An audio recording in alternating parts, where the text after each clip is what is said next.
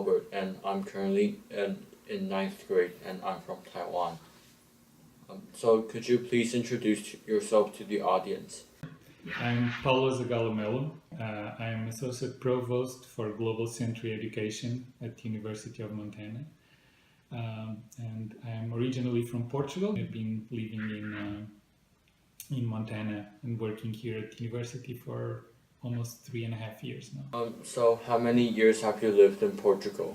I lived in Portugal most of my life, apart from a time when I lived in Boston, in Cambridge, Massachusetts, during my master's, and then I lived in Colorado for a couple of years. But the rest of the time, I lived in Portugal. Where did you get your PhD degree?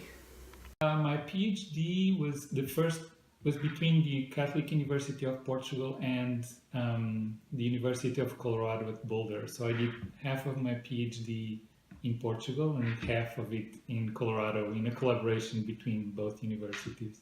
Since you have studied and worked in many different cities, could you please give us some insight on these colleges? I've studied at a big private university or very prestigious private university like Harvard. I've studied at a big public university, Colorado Boulder, which is one of the biggest public universities in the Rocky Mountains. Now I'm at a small to medium-sized university by American standards. It's a small to medium-sized university in Montana. And in Portugal, I studied both at a public university and a private university. So I've kind of covered all the different types of institutions. It's interesting to see that we're all trying to deal with the same problems, the same issues. I mean, there are differences in terms of resources, but many of the changes universities are dealing with are changes of higher education in general. It's just the way higher education is evolving from mainly a university model that goes back to almost the 18th century and the German traditional university that has now in the 21st century to deal with problems that structure was not prepared for 200 years ago. But we're still running universities that are based in a structure that was not thought of for the problems to deal with the educational problems of the 21st century. So a lot of what universities are doing are to transforming themselves to deal with those changes. And there's obviously the difference in resources is important because you can make things happen faster.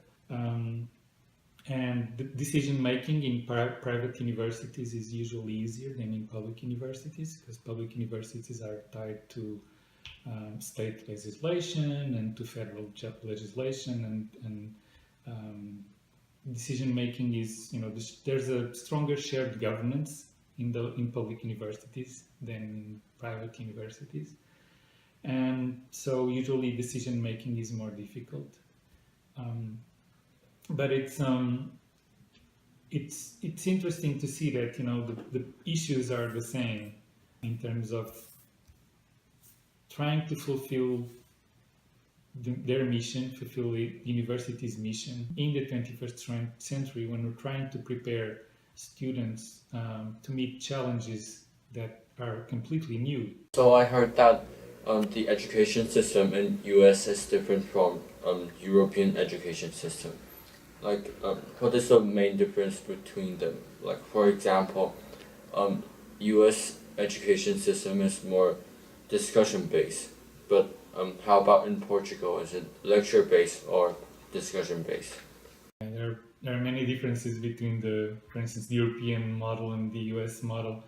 The two main differences, I would say, are first the discussion versus the lecture. This is changing in Europe. You see universities trying to become more open, but you still had, until recently, mostly this lecture style. And in other places in the world, you still see that. Where the professor delivers a lecture to the students and the students are preparing for an exam, and they take the exam, and it's pretty much, that's the core of the educational process at university.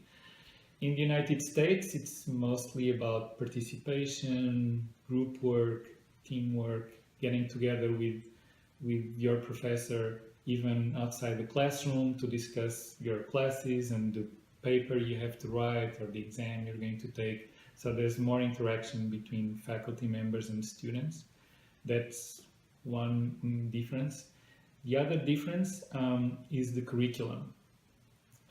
In the US, you don't have to choose your major, your specialty, your specialization until the second year or third year at university. That's when you have to choose exactly what you want to do. You can start your bachelor degree here at the University of Montana and in many other universities in the US as what we call an undeclared major. So you're just going to take general education courses for the first 2 years, and then you decide what you like and what you want to pursue, and you only start specializing in those last 2 years. In Europe, in Portugal and many other countries in Europe, you have to choose your first area of specialization when you're still in high school. In Portugal, I had to choose, the first time I had to choose an academic path was when I was in 9th grade. In 9th grade, I mean, I didn't know what I wanted to do when I was 18 or 20, much less 15. And I had to choose immediately a certain path. And then when I was 16 for 10th grade, I had to choose another path within that. And when you choose a bachelor degree in Europe, and in Portugal that's the case too, of course, you choose a specific bachelor degree. I mean, you're doing a bachelor degree in biology, or doing a bachelor degree in music, or you're doing a bachelor degree in political science.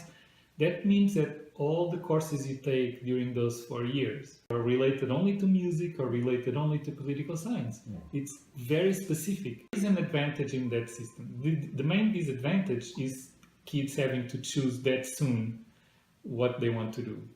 I think this freedom students have here in the US to try different courses, for the first 2 years to get a biology course and a music course and mathematics course and a sociology course, and have 2 more years to choose what they really want to do. I think there's an advantage in that, also because it gives them a more broad-based education. They end up getting a good background in other things, not only the area they chose for their bachelor degree. So that's a disadvantage to have to take the more narrow bachelor degree.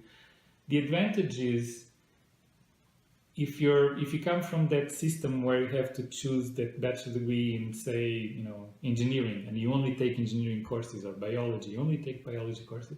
If you want to pursue graduate school, you're much better prepared. The strongest graduate students in the US are usually, in average, international students, because the preparation, if they studied in their own country with this educational system, that's more field-oriented, discipline-oriented, they are better prepared, because they had if they had a bachelor degree in biology and they're going to take a master's degree or a PhD in biology, all the coursework they did before was biology related, whereas an American student only took 2 years of biology courses. So when they get to graduate school, the international student is much better prepared. You worked in Montana and you helped many international students.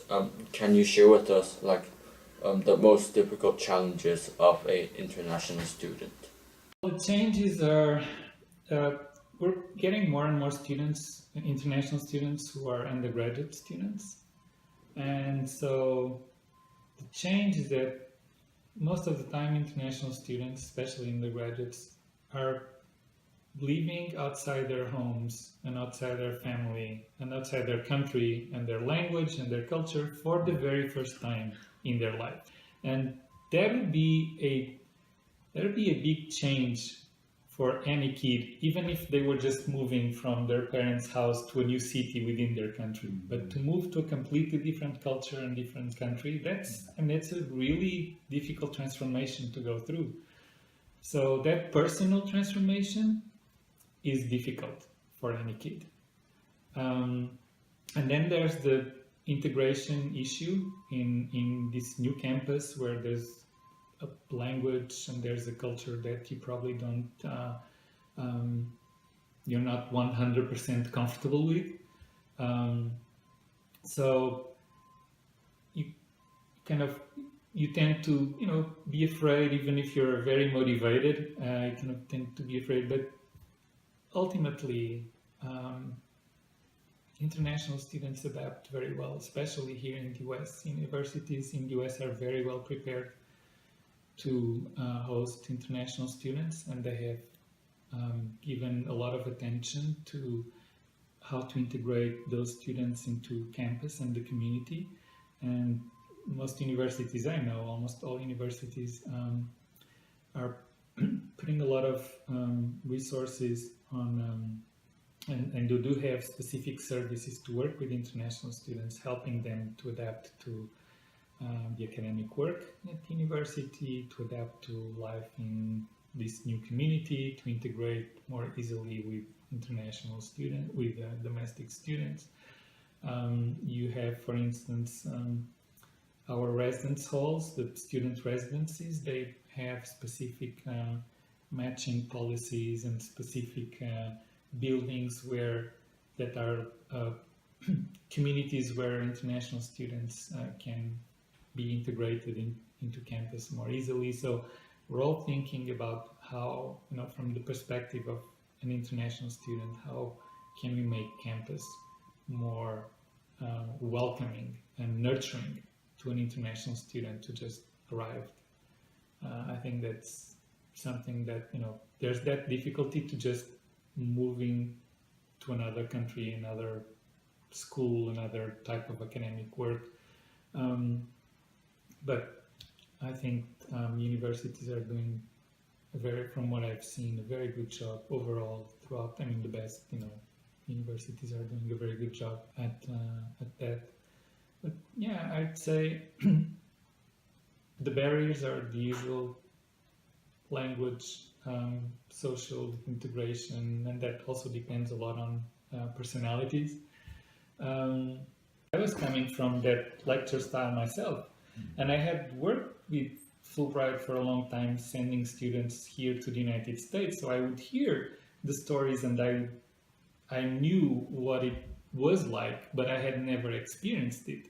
When I experienced it for the first time, I had to make an effort to adapt myself to that new classroom style.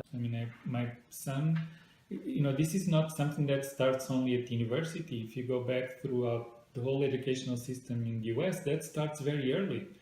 I remember my son did elementary school, part of elementary school in Boulder, in Colorado, when we were there, and he had to give a presentation on his homework almost every week. Every kid would have to stand up and show how they had done their homework at least once a week before all the other kids. And they had science fairs, presenting science projects to visitors from outside the school. So that's the kind of thing that we don't have in Portugal, and as far as I know, it's not part of the traditional European educational system, and a little bit everywhere. I think that applies a little bit to many other countries. And so for my son to get up and make a presentation now at university, it's going to be, and he's going to be a freshman in college, but it's going to be 10 times easier than it was for me. Have you had any chance to know any students from Taiwan? Yes, the first 2 months or 3 months after I arrived here, the first group of Taiwanese high school students arrived in Missoula. Came here for 4 weeks to learn US language and culture. And we had 15 students. And I remember my son, who had just arrived just days before the Taiwanese students arrived. We needed volunteers. No, actually, he had started here. He had arrived a couple of weeks before they did, and we needed volunteers who were about the age of Taiwanese students we had here, to go with them and show them downtown, downtown Missoula, and to just walk with them from building to building, kind of helping them in the first going to events, etc. And my son volunteered to do that. So the very first weeks of the first month of my son here was spent almost every day with Taiwanese students. That was his first few weeks in Missoula, was going to these events at the end of the day after class with the Taiwanese high school students. And he loved it. And I mean, they were an amazing group. And we also have every year students from Daelim University. So we always have, every summer we have Taiwanese students here learning English. So in terms of studying in the US, would you recommend Taiwanese students to come as undergraduates or graduates? I think there's value in this liberal arts education universities in the United States provide. I understand that there's also value in that discipline-based or academic field-based bachelor degree, but what I see in the United States, at least right now, and CEOs of multinational companies, they like to see that students have had that exposure to other areas of other fields of study during their bachelor degree, that they specialized in something during their major, but that before that they took courses in political science and history and wildlife biology, and that then they majored in business, or they majored in sociology or pharmacy or something like that. And I think it's interesting to see that that this broad-based general education gives students a more open-minded approach to even work outside the university. I also see that the other strength I see at the undergraduate level in the US is that what we call the beyond the classroom experiences, internships, volunteering, civic engagement, any sort of civic engagement, they are becoming more and more almost a formal part of the student's education. And I think that there's real value in an undergraduate student, when they finish their degree, to have had an internship, professional internship, or several of them every summer even, to have done a collaborated, doing volunteering with a non-profit organization in Missoula, or do an internship in Washington, D.C. And so that's an approach that's becoming almost a formal part, an integrated part of the bachelor degree education in the United States, that I don't think is happening yet in other parts of the world. So there is value in that. I mean, students get a broader type of education. Graduate school, yes, I mean, I think research has a very important level here in the United States, is well funded. And there are research collaborations here in the United States that are very unique. Some of them becoming very multidisciplinary. And I think there's value added also in students to be exposed to that kind of research. So I usually say that I'm a little bit biased when it comes to U.S. education. Praise U.S. universities a lot. How do you think about universities in other places? I think there's still value, but what I see is that some universities around the world are trying to meet these standards as well. So what you see is the best universities everywhere around the world are very quickly getting to the quality levels of the best universities in the United States too. It's good for higher education in the United States too, because I think even top universities in the US are understanding that they cannot just sit back and relax, that other universities are actually developing very high-level research units, and they're developing educational programs that are as good as any other in the United States, and that they're hiring the best faculty in the world, just like the best universities in the US are. So they're actually looking, trying to hire the same people. So that's something that I see happening very quickly throughout the world. Is that there are 1-2 universities everywhere in the world that are very rapidly increasing the quality and getting to the highest standards of higher education in the world. If a Taiwanese student is studying in the US, regardless of if he is a graduate or undergraduate, what kinds of suggestions would you give him? Suggestions. One of the suggestions I usually give is to think about the place where you're going to live. Students, and this is related to choosing, the university or choosing the country where you want to go. But sometimes I see students looking at a ranking of universities in the area they want to study and thinking, okay, I'm going to choose one of these 10 or 20, regardless of where that university is. And you have to think a little bit about how comfortable you feel living in a small city, in a more remote place, or how comfortable you are with living in a big city with 5 or 10 or 20 million people. If you're someone who likes living in a more quiet environment, who needs a more quiet environment to be successful, you should actually look at universities that you're trying to choose and see if those universities are in those places, because ultimately you're going to study at that university several hours a week, but you're going to live in that city 24 hours a day for 4 years. So you should think about the place, about the community, where you're going to be. Is it your kind of community? Is it what you like, what you're used to?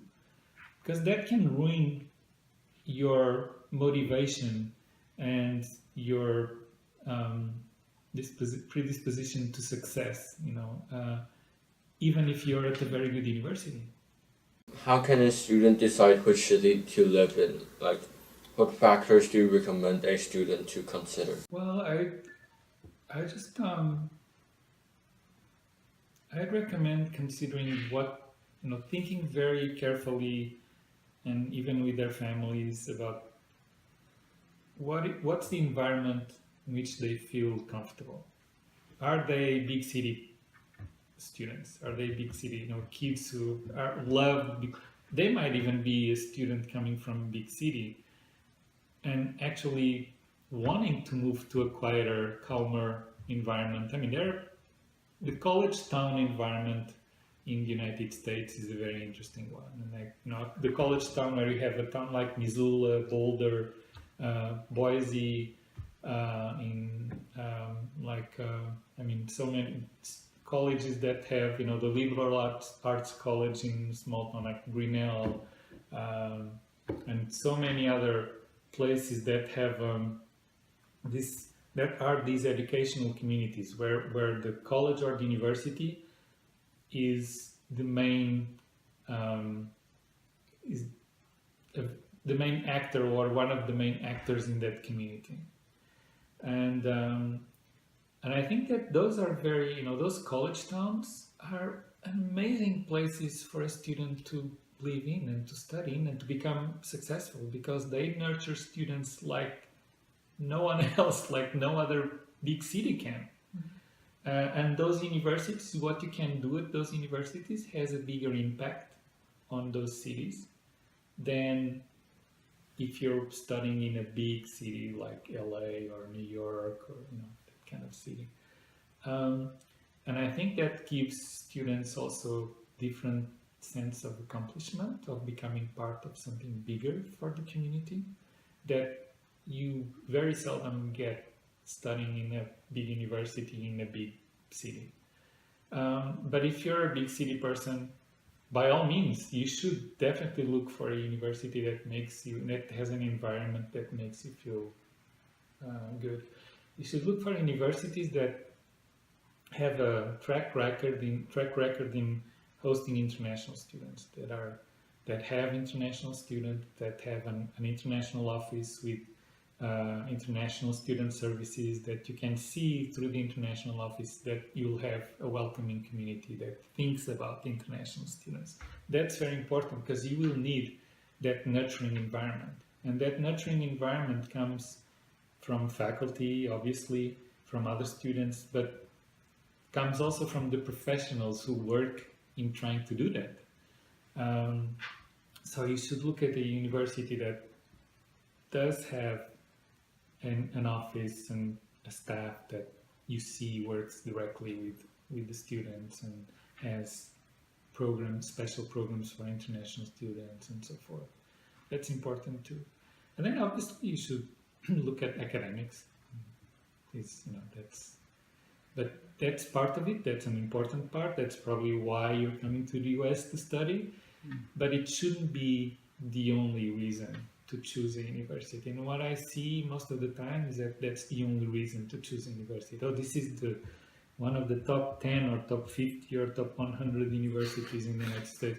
Another thing, just because I mentioned the top 50 or top 100, is that students, for instance, I come from Portugal that has 10 million people, 14 public universities, and then several private universities, although in terms of good private universities, you only have one, maybe two. But maybe you have, let's say 20 universities. If you come from a country like that, you're going to try to look for a university in the US that is in the top 10 or top 5. Because you're used to looking at 20 universities or 25 universities. You forget you're now looking at a country that has over 4,000 officially recognized, accredited universities and colleges. 4,000. So if you look at the top 200, that's still the top 5% of quality in the country. You shouldn't look at the top 10. I mean, you're looking at the top 5%. Whereas if you were told, in your country, would you go to your country to one of our top 5% universities? You probably would say yes. In less well-known universities like the University of Montana, we have research projects here in colleges and areas that are among the best in the United States.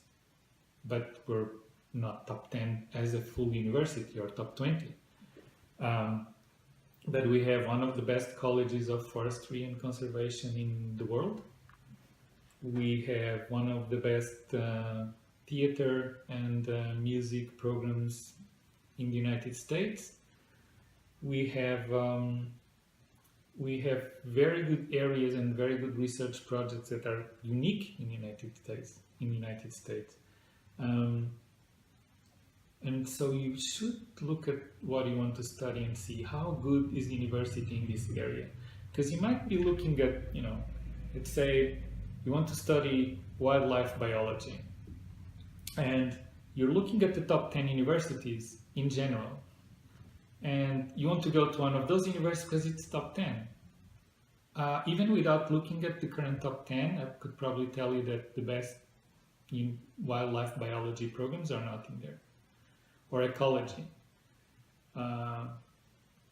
We have the most productive ecology, research-wise, the most productive ecology department in the United States here at the University of Montana. If you look at the top 10 overall universities for the United States, we're not there. if you look at ecology, we're there. So you should look at exactly what you want to study and try to move from the top 10 to a wider range of choices. Because there's quality. I mean, again, think of 4,000 universities. The top 200 are your top 5% in quality. 5%, that's a pretty good ratio. I mean, that's being highly selective, you know? Yeah. That's a selection ratio of Harvard or MIT or Stanford for the students. Only the top 5% get in. Well, if you're looking at the top 5%, you should look at the top 200 universities in the United States, because there are 4,000. And students who come from countries that have 20, 30, 50, 100 universities, they forget about this dimension of higher education here in the US. So this is my last question. I read your resume and noticed that you've changed your career from an accountant to a professor. Would you like to talk about that change? I usually say two things about my career. One is that I'm still trying to figure out what I want to be when I grow up. And the second is that, I started with accounting, which is a very specific technical work. And then I did another undergraduate degree in business administration, which is, looks at the overall business area, of which accounting is a very important part, of course, a very useful tool. And then for my master's, we did public administration, so it's mostly policy, and we did, some theory as well. And then for my PhD, I did political theory. So I usually say my questions got bigger. I started with accounting, very technical, and then business, a little bit wider, then policy, which covers, government, and then political theory, which covers systems and, and governments and the theory behind types of government. So I really didn't have a plan when I started. My plan, and just for anyone listening to this to see how things can change so quickly, my plan was to work for my family company. My family in Portugal had a company, and my uncles worked there, my father had worked there, and I thought when I was in high school, well, I'm going to work for my family company. So I chose accounting because if I wanted to go and work in management, that was a very, if in the future I'd be working in management, accounting is a fundamental tool to understand management. If you understand finance and dollar signs and budgets, and you're good to go. And when I started, or halfway through my accounting degree, there was one thing I had realized, was that I didn't want to work with my family. I loved them too much to get in business with them. And I saw the other dimension of working in a family company. And I heard about other things, other friends working with their families. And I realized, wow, this is not all good, working with your family, because there are conflicts that are going to step into our personal relationships in a way that I never thought they could. So I was always... I always kept close to the family company on a non-executive basis, on an advisory board, but I never decided to work there. And I was in a very good accounting school, so we had at the time, the big 6 multinational companies hiring there, and I was hired by Ernst & Young. And so I was working in accounting, and Ernst & Young, just like other multinational consulting firms, they're the top consulting firms, 2, 3. They're very good schools. I mean, you learn almost everything there is to learn in a very short amount of time, because you're exposed to so many clients. I mean, one day you're doing, you're consulting with a big factory that produces, tons and tons of products and ships them all over the world. The next day, working with a company with 2 people that just started 2 weeks, ago, and I mean, you just learn some. And one makes yogurts, the other one makes, high-tech computer chips or software or something like that. So you go from so many different things in such a short time. That was a great school. Ernst & Young was a great school. But at the time, I realized, well, I want to learn more about management. I mean, I know accounting is important, but I want the marketing side and all that. So that's why I decided to study business. And I couldn't stay at Ernst & Young if I wanted to do a business degree, because Ernst & Young is obviously, it's a great school, but it's a very demanding working environment. So I left Ernst & Young to be able to study, and I found this job that allowed me more flexibility in terms of my schedule at an organization that I didn't know at all when I applied. It's called Fulbright Commission. And Fulbright Commission, I found out later, is the most prestigious, one of the original international education programs, and the US government flagship program in international education that started in 1946. So it's one of the beginnings of international education at the government and intergovernment levels. And I was the financial officer. I got a job as financial officer for Fulbright.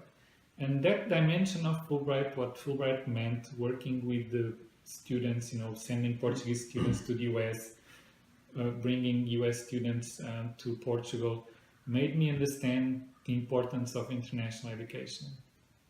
And later on, I became executive director of the Fulbright Commission, and by then, a few years after, into that job, I knew one thing: I want to work in international education for the rest of my life, because I understood the value in that cultural exchange, in that exposure to other cultures, other types of educational systems, learning other languages. I realized the value in that, and I thought, well, this is really transformative for individuals, but it's transformative for the organizations they work for or will work for. It's transformative for their countries, their host countries, and their home countries. This is a global transformative process. International education is a global network changing the world. So I never wanted to do anything else. So I just thought, well, I'm going to apply for this job. And here I am 3 years later. Thank you very much. Bye-bye.